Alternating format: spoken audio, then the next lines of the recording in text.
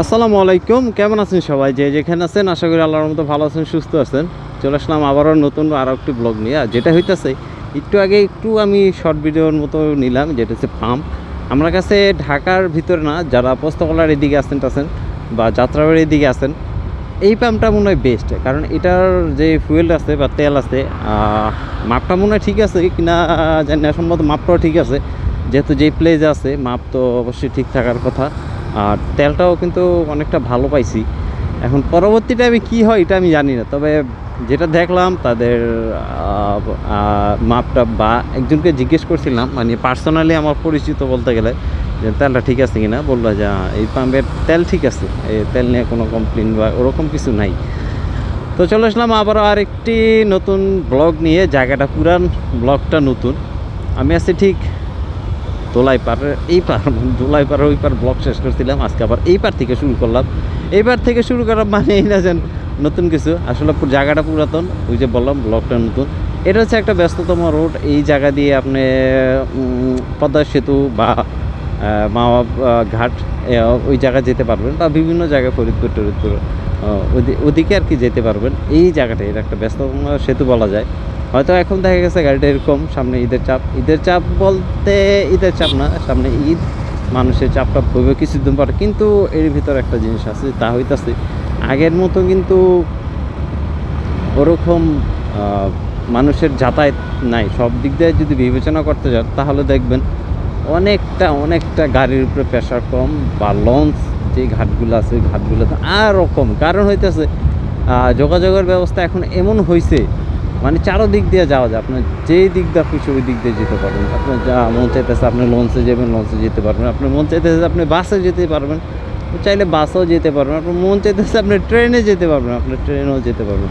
মানে যোগাযোগ ব্যবস্থা খুবই আমাদের দেশে আগের থেকে অনেকটা আগাই গেছে, আগের মতো নাই। আগে দেখা গেছে পদ্মা সেতু পার হইতে হইলে, মানে পদ্মা নদী পার হইতে হইলে, সেতু না, একটা ফেরির অপেক্ষা থাকতে হইতো। তখন মানুষ লঞ্চেই যাতায়াত করতো। কিন্তু এখন দেখা গেছে কি, যখন ট্রেনের লাইনটা চালু হয়ে গেছে, ওই দিক দিয়ে ট্রেনের লাইন মাওয়া ওই পার যা ভাঙ্গা পর্যন্ত না জানি কোন পর্যন্ত যায়। তো যাই হোক, আর মেট্রো রেল তো মেট্রো রেলই, বা বাংলাদেশের একটা অন্যতম ব্যবস্থা, যোগাযোগ ব্যবস্থা বলতে গেলে। বিশেষ করে যারা মিরপুর ঢাকার ওদিকে আছেন তাদের জন্য খুবই একটা পারফেক্টলি একটা যাতায়াত ব্যবস্থা বলা যায় মেট্রো রেল। তো ওইটার কারণে কিন্তু বাসওয়ালাদের উপর অনেকটা চাপ পড়ছে। মানে চাপ বলতে আগের মতো লোক নেই, বহু জ্বালাইছে মানুষকে, কিন্তু বাট এখন মানুষ আর বোকা নাই, বোকার থেকে উপর দিকে চলে আসছে। তো আসলে যোগাযোগ ব্যবস্থা বলতে গেলে অনেকটা আপডেট আমরা গিয়েছি বর্তমানে, মানে বাংলাদেশ অনুযায়ী আমরা অনেকটা আগায় আছি। তো যাই হোক, কথা মানে একটু বেশি বললে বলা গেছি, আমি জানি না। কারণ আগের থেকে যে একটা চাপ ছিল মানুষের বাড়ি যাওয়ার, ওই চাপটা এখন অনেকটা কমে আইছে। কারণ হইতেছে ওই যে বললাম, চারিদিকে এখন বাড়ির যাওয়ার রাস্তাঘাট সবই হয়েছে, যোগাযোগ ব্যবস্থা আগের থেকে অনেকটা আপডেট হয়েছে। তো আমি প্রায় ব্রিজটা পার হয়ে গেলাম। এটা হচ্ছে একটা জনপ্রিয় সেতু, যেটার নাম হচ্ছে পোস্তগোলা ব্রিজ। আর একটা ছিল বাবুবাজার। বাবুবাজারটা আসলে এটা যদি ব্লগ করতে যাই, আমার মনে হয় না 1 ঘন্টায় আপনাদের আমি ব্লগ শেষ করতে পারবো। কারণ হইতেছে ওইটার উপরে যদি কোনো জ্যামে পড়ি তাহলে তো সারাদিন শেষ, তারপরে তো আরও সময় আছে। আসলে অনেকটা দূর চলে আসছি, আর ব্রিজটা পার হয়ে আসলাম। আমার মনে হয় আমি তো আবার অতটা মানে বেশি একটা ভাড়াইটা হয় না।